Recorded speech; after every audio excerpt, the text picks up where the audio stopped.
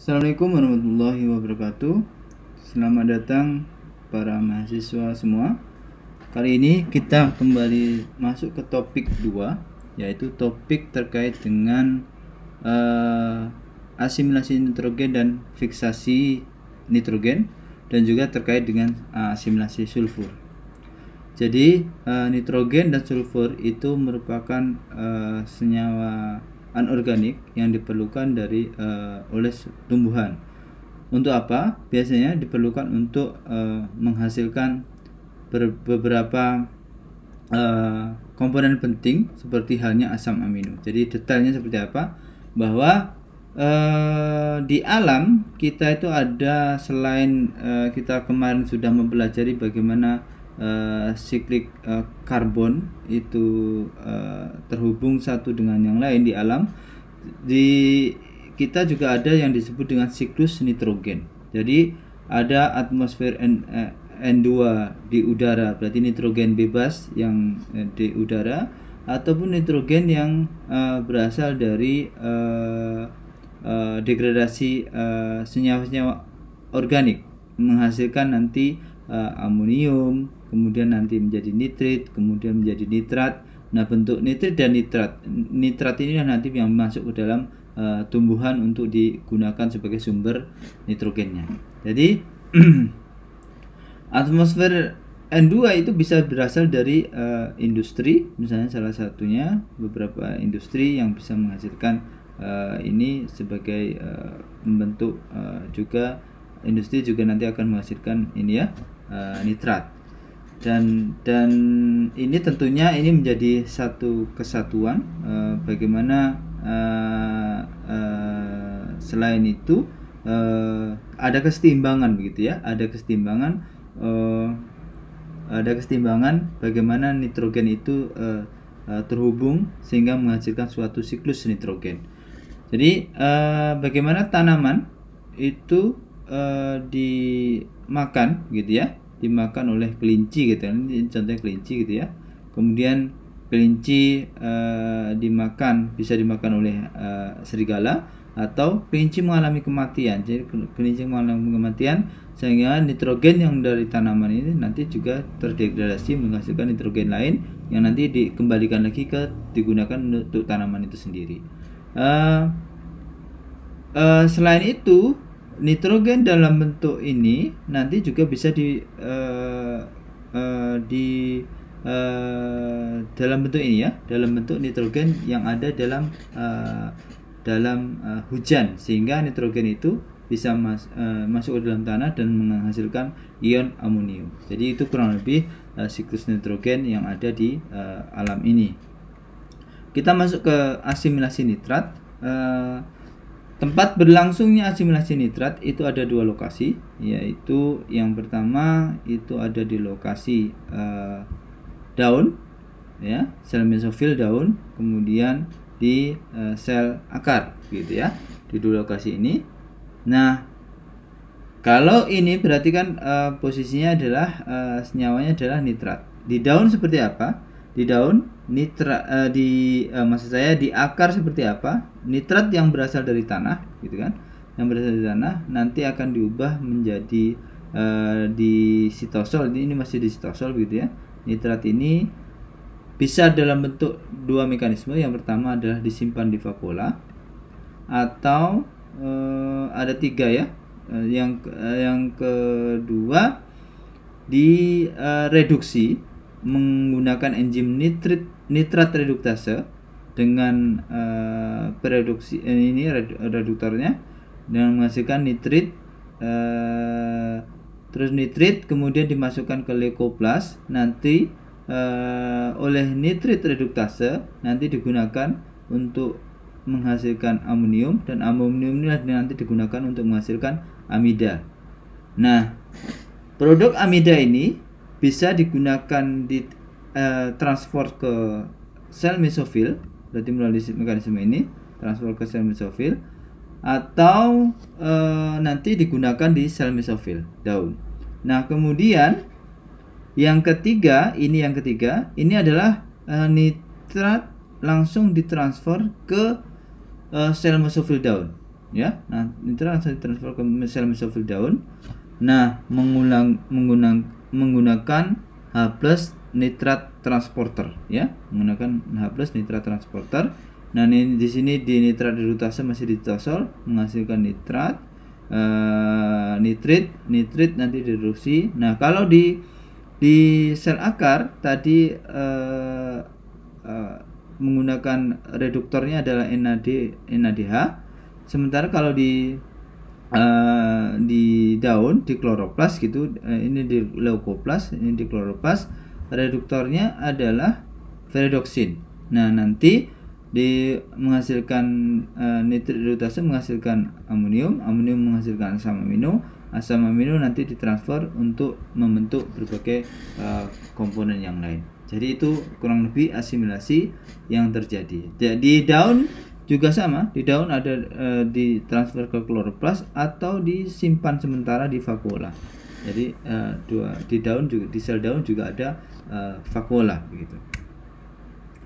Ini adalah transfer elektron dari NADH ke nitrat di nitrat reduktase, dan enzim ini mengandung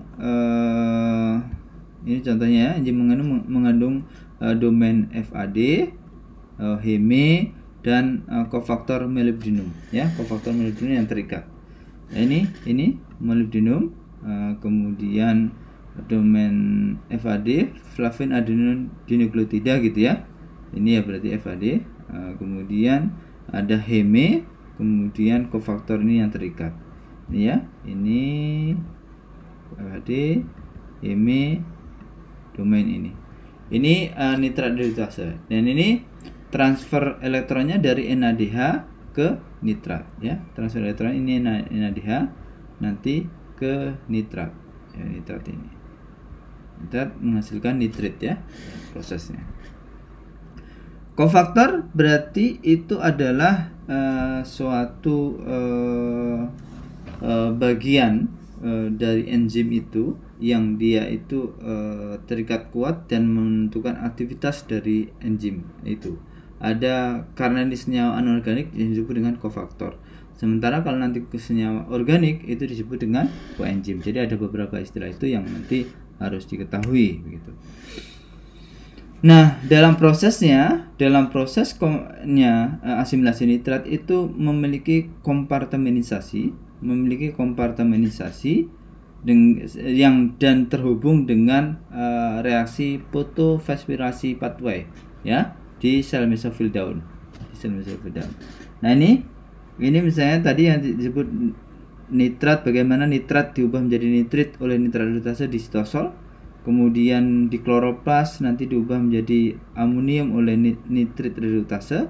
Nanti amonium itu digunakan untuk produksi sebagai produknya adalah glutamin dan juga glutamat. Ini adalah produk utama dari asimilasi nitrat. Jadi produk utama dari asimilasi nitrat. Sementara nitrat asimilasi itu menghasilkan ini ya, nanti amonium nanti yang menghasilkan ini glutamin dan glutamat. Glutamin itu diperoleh dari glutamin sintase dan glutamat sintase. Nanti di sini hasilnya glutamin, di sini hasilnya glutamat. Nah, nanti glutamin yang berlebih di sini nanti akan ditransfer ke sitosol. Nah,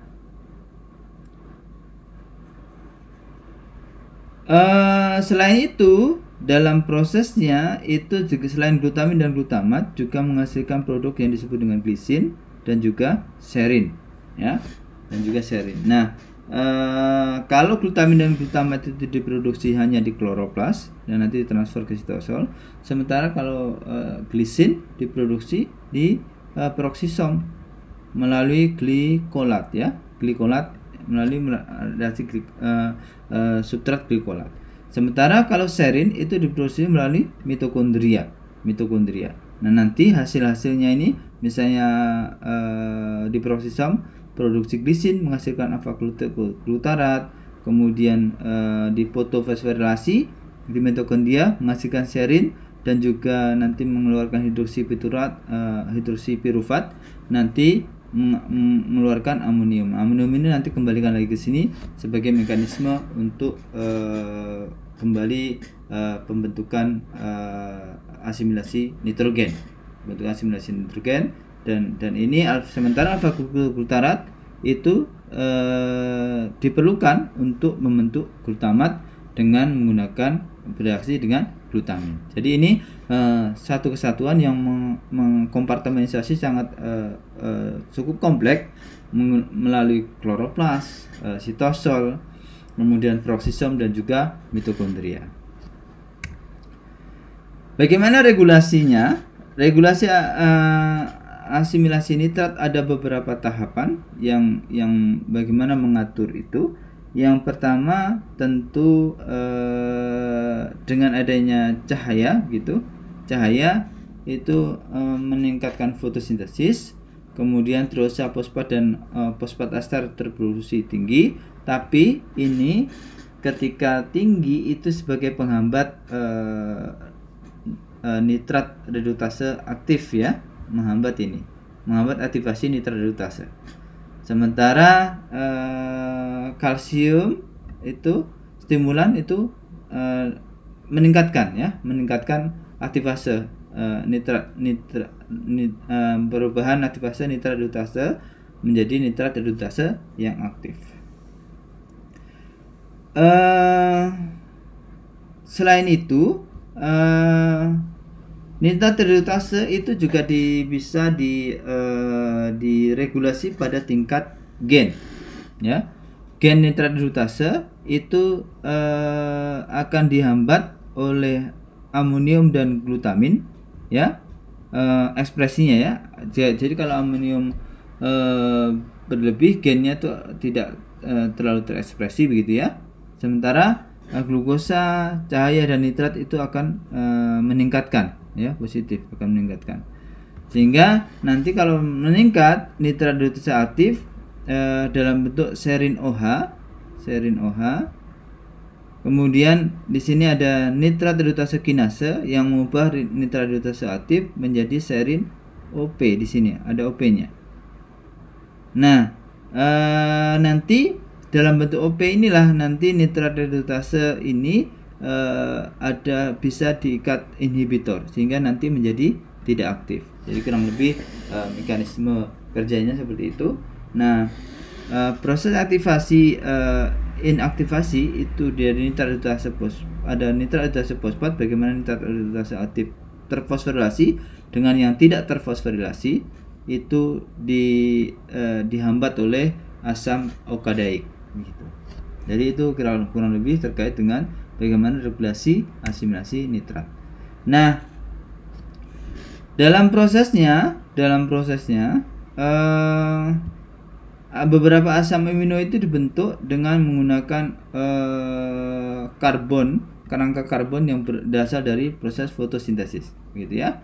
Berapa kerangka karbon misalnya pirufat, itu pirufat bentuk ini ya, asam aminonya adalah ini, alanin, leusin, valin, alfa ketoglutarat, oksaloastat gitu ya.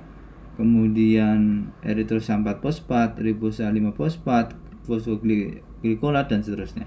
Ini beberapa asam amino yang dibentuk dari proses ini. Jadi gitu. Oke, silahkan nanti dihafalkan, ini mau tidak mau memang harus menghafal terkait dengan kategori ini.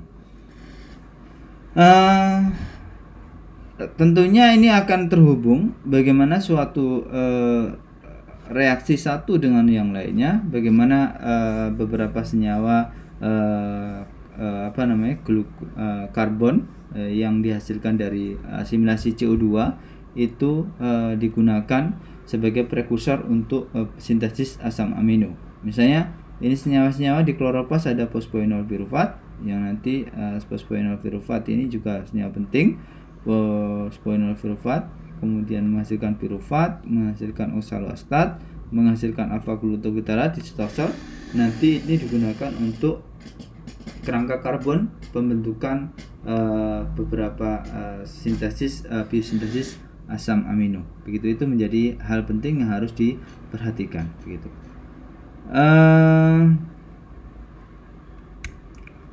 Kemudian kita masuk ke fiksasi nitrogen. Fiksasi nitrogen itu tumbuhan tidak bisa berdiri sendiri, tetapi tumbuhan melakukan fiksasi nitrogen dengan bantuan simbiosis, ya, dengan bantuan simbiosis penambat nitrogen. Ada legum misalnya, beberapa tanaman legum itu, kemudian ada actinorhizal, ini beberapa contohnya, sugarcane contohnya juga. Ini beberapa nitrogen fixing simbiotiknya ada di sugarcane misalnya Azotobacter. Kemudian ada free living nitrogen fiksasi, jadi nitrogen fiksasi bebas. Nitrogennya misalnya Cyanobacteria, itu anabaina, ya, nitrogen fiksasi. Kalau ini adalah tipe simbiotik, simbiotik. Kalau yang ini adalah tipe yang bebas. Tipe yang bebas, yang misalnya di Cyanobacteria itu ada anabaina dan seterusnya. Silahkan nanti dipelajari secara mandiri untuk menghafalkannya. Ini tipe yang umum dari simbiosis terjadi antara famili Leguminaceae dan bakteri-bakteri tanah. Ini tentunya di biokimia pertanian nanti Anda kalau belajar ini menjadi sangat menarik begitu, ya. Misalnya di soybean itu ada bakteri tanah yang terkait dengan Rhizobia symbion, dan ada Bradyrhizobium japonicum, yang slow growing type. Fast growing type ada Cynorrhizium Fredi dan seterusnya. Jadi nanti silahkan dipelajari satu persatu. Nah, ini adalah bentuk nodul yang terbentuk, bentuk nodul yang terbentuk, ya. Ini bentuk nodul yang terbentuk di soybean, di bayam gitu, ya. Nah, nodul ini dihasilkan dari Rhizobium japonicum, ya, Rhizobium japonicum. Nah, ini ya, nanti di nodul ini terjadi terjadinya fiksasi nitrogen, ya. Fiksasi nitrogen terjadi N2 dalam bentuk gas, ya, dalam bentuk gas. Nah, ini nitrogen simbiosis antara plant host dan endosymbion dari bakteri itu terjadi. Bagaimana pembentukan nodul? Jadi pembentukan nodul terjadi melalui mekanisme ini, ya. Ada rhizobia, kemudian ada infected cell yang udah masuk sini. Yang pertama proses infeksi nodul organel. Jadi ada node factor. Node factor itu akan berikatan dengan reseptor kinase dari host. Host dalam hal ini adalah tumbuhan, ya. Kemudian menginduksi akar rambut dari host. Kemudian terjadi pembelahan sehingga pembentukan membentuk nodul primordium, ya. Ini, ya, bentuk nodul primordium yang ini. Prosesnya yang ini, root hair cell. Kemudian dari situ nodul terus berkembang sehingga akan terinfeksi di tanaman sehingga nanti bisa membentuk nodul tanaman itu, gitu. Nah, ini bagaimana metabolisme sel yang terinfeksi begitu oleh simbion bakteri. Jadi nanti di ini ada glutamin dan asparagin, ya, yang dibentuk dari main produk dari nitrogen fiksasi. Kalau tadi ada glutamin, glutamat, glisin, serin, ya, asimilasi nitrogen. Tapi kalau di fiksasi nitrogen ada glutamin dan asparagin sebagai produknya. Apa yang terjadi? Ini adalah host cell, ini sukrosa dan malat. Nah, malat ini adalah sebagai sumber energi untuk bakteri yang membentuk nodul itu. Sementara bakteri yang membentuk nodul selain menggunakan sumber energi dari malat, juga melakukan fiksasi nitrogen, sehingga fiksasi nitrogen itu menghasilkan amonium, sehingga amonium itu bisa digunakan untuk memproduksi glutamin dan asparagin untuk yang dibutuhkan oleh tumbuhan itu sendiri. Bagaimana proses nitrogen fiksasi terjadi? Itu prosesnya hanya dapat terjadi pada kondisi yang disebut konsentrasi oksigennya sangat rendah ya. Konsentrasi oksigen sangat rendah. Jadi ini oksigen 20%, nitrogen 80%, maka proses fiksasi nitrogen dapat terjadi. Gitu ya. Total oksidasi malat melalui citrat cycle itu menghasilkan 5 NADH dan 1 FADH2. Nah, membentuk nanti terjadi pembentukan, nah ini ya malat 5 NH2 dan 1 FH2. Nanti digunakan untuk rantai respirasi di sini di itu menghasilkan 8 O2 atau digunakan untuk mereduksi nitrogen nanti menghasilkan amonium. Ini nanti dari amonium inilah masuk ke plan tumbuhan ya, masuk ke dalam tumbuhan, nanti digunakan untuk produksi asparagin dan glutamin yang tadi sebagai produk dari fiksasi nitrogen. Ini nitrogen reduktase sebagai deliver elektron ini sangat kompleks sekali ya. Reaksinya ada klaster-klaster. Di sini ada Fe4S reduktor ya, reduktor ini. Kemudian ini kondisi oksidator dan seterusnya. Dalam proses nitrogenase kompleks ini ada N2 nanti menghasilkan 2NH3, kemudian ada FeMO cofaktor, ada klaster P, 4FeS dan seterusnya. Jadi ini terus kemudian membutuhkan juga NADH untuk transfer elektronnya. NADH ya. Kita masuk ke selanjutnya adalah asimilasi sulfat. Sulfat asimilasi terjadi di vakuola ya, terjadi di vakuola untuk penyimpanan ya. Vakuola untuk penyimpanan. Ini vakuola, ada kloroplas, ada sitosol. Ini sitosol ya. Sitosol tempatnya sini.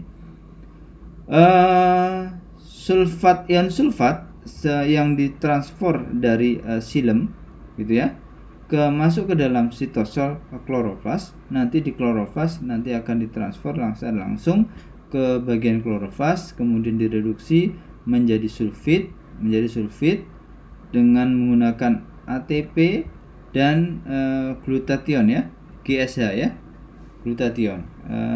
Ini nanti dari sini dengan menggunakan 6 ferredoksin reduktornya yang menghasilkan H2S, dan H2S serin dengan ATP dengan H2S nanti akan menghasilkan sistein. Jadi sistein ini adalah produk dari asimilasi sulfat. Nah, sistein ini banyak diperlukan untuk produksi metabolit yang diperlukan oleh suatu tumbuhan. Reduksi sulfat menjadi sulfit dalam prosesnya itu memerlukan ATP ya, ATP. Kemudian sulfitnya itu nanti akan direduksi dengan menggunakan ATP sulfurilase ya. Menggunakan ATP sulfurilase akan melepaskan ini fosfat ya, sehingga pirofosfatase akan menjadikan 2 fosfat. Kemudian ini tinggal adenin, berarti fosfatnya di sini lepas, terus terfosforilasi, berarti ini yang ini masuk ke dalam sini sehingga menghasilkan APS atau adenisin monofosfat sulfat. Yang monofosfat karena ada satu molekul fosfat. APS reduktase ini berarti mereduksi APS ini dengan menggunakan 2 glutathione, nanti menghasilkan sulfit. Sulfitnya dikeluarin lagi, sehingga nanti hasil akhirnya adalah AMP ya, adenosin monofosfat. Jadi bagaimana sulfat sehingga direduksi menjadi sulfit gitu ya, dengan menghasilkan AMP dari ATP. Jadi itu peran serta beberapa enzim yang terjadi di sini. Reduksi sulfit menjadi hidrogen sulfida melalui sulfit reduktase dalam kloroplas itu reduksinya ekuivalen melalui ferredoxin dari fotosistem 1 ya, melalui ferredoxin dari fotosistem 1. Ini ya fotosistem 1, ini fotosistem 1, ferredoxin tereduksi, ferredoxin teroksidasi. Nah, menggunakan ferredoxinnya itu berasal dari fotosistem 1. Fotosistem 1 dari siklus dari asimilasi karbon dioksida, gitu ya. Nah, di sini ini adalah produk yang dihasilkan terkait dengan asimilasi H2S. H2S ini nanti diperlukan untuk sintesis biosintesis asam amino. Asam amino dalam ini sistein. Hidrogen disulfida dibentuk dari reduksi sulfit yang menghasilkan sistein nanti. Yang menghasilkan sistein. Jadi ini perhatikan, nanti sistein ini dihasilkan dari serin dengan astiel-CoA. Astiel-CoA ini dari astat dan CoA dengan enzim astiel-CoA sintase ya. Kemudian serin transastilase nanti serin dan astiel-CoA dengan melepaskan CoA SH ini akan menghasilkan O-astiel-serin. Terus kemudian H2S masuk ke dalam sini, O-astiel-serin tioliase, nanti serin terbentuk. Jadi serin terbentuk ini dengan menggantikan ini ya, dengan menggantikan ini senyawa ini. Astat ini nanti dikeluarkan kembali, gitu. Ini dikeluarkan kembali ke sini. Oke. Glutathione. Glutathione itu berfungsi sebagai antioksidan ya. Berfungsi sebagai antioksidan. Glutathione berfungsi sebagai antioksidan dan itu sebagai agen detoksifikasi polutan. Biosintesis glutathione itu tadi ada glutamat, ada sistein yang dihasilkan tadi. Kemudian nanti dengan ATP menghasilkan gamma glutamat sistein. Terus ditambah dengan glisin, namanya glutathione sintase. Ini enzim yang pertama adalah glutamil sistein sintase. Nanti maka gamma glutamin, sistein, glisin itu akan tergabung menghasilkan glutathione. Ini adalah suatu tripeptida ya, suatu tripeptida yang peptidanya adalah glutamat, kemudian sistein dan juga glisin. Tripeptida dari yang disebut dengan glutathione yang berfungsi di tanaman sebagai antioksidan. Nah, ini bagaimana peran glutathione dalam proses detoksifikasi suatu herbisida, misalnya herbisida ada glutathione. Kalau herbisida itu kan itu berarti herbisida sesuatu yang senyawa yang berbahaya buat tanaman. Maka tanaman harus memiliki adaptasi untuk bagaimana mendetoksifikasinya. Herbisida nanti akan terikat dengan glutathione herbisida, ditranslokator ke dalam vakuola nanti akan didegradasi dalam vakuola. Begitu kira-kira lebih bagaimana glutathione itu berperan dalam proses detoksifikasi. Glutathione itu juga sebagai prekursor pembentukan phytogelatin ya, phytogelatin tanaman. Phytogelatin itu berfungsi melindungi tanaman dari logam berat ya, logam berat. Sehingga sintesisnya phytogelatin itu seperti apa? Ini ya. Ada glutathione yang tadi tiga tripeptida, kemudian ditambah dengan glutathione lagi, berarti ada tripeptida juga. Nanti ada phytogelatin sintase. Phytogelatin dengan melepaskan glisin nanti akan menghasilkan phytogelatin yang isinya adalah glutamin, sistein, N, glisin gitu. N-nya itu 2-11 ya, ini N-nya. Lebih begitu terkait dengan phytogelatin. Baik, begitu apa yang saya sampaikan, semoga bermanfaat untuk kuliah hari ini terkait dengan asimilasi, fiksasi nitrogen dan juga asimilasi sulfat. Semoga bermanfaat dan kita selalu diberi kesehatan oleh Allah Subhanahu wa taala. Akhir salam. Assalamualaikum warahmatullahi wabarakatuh.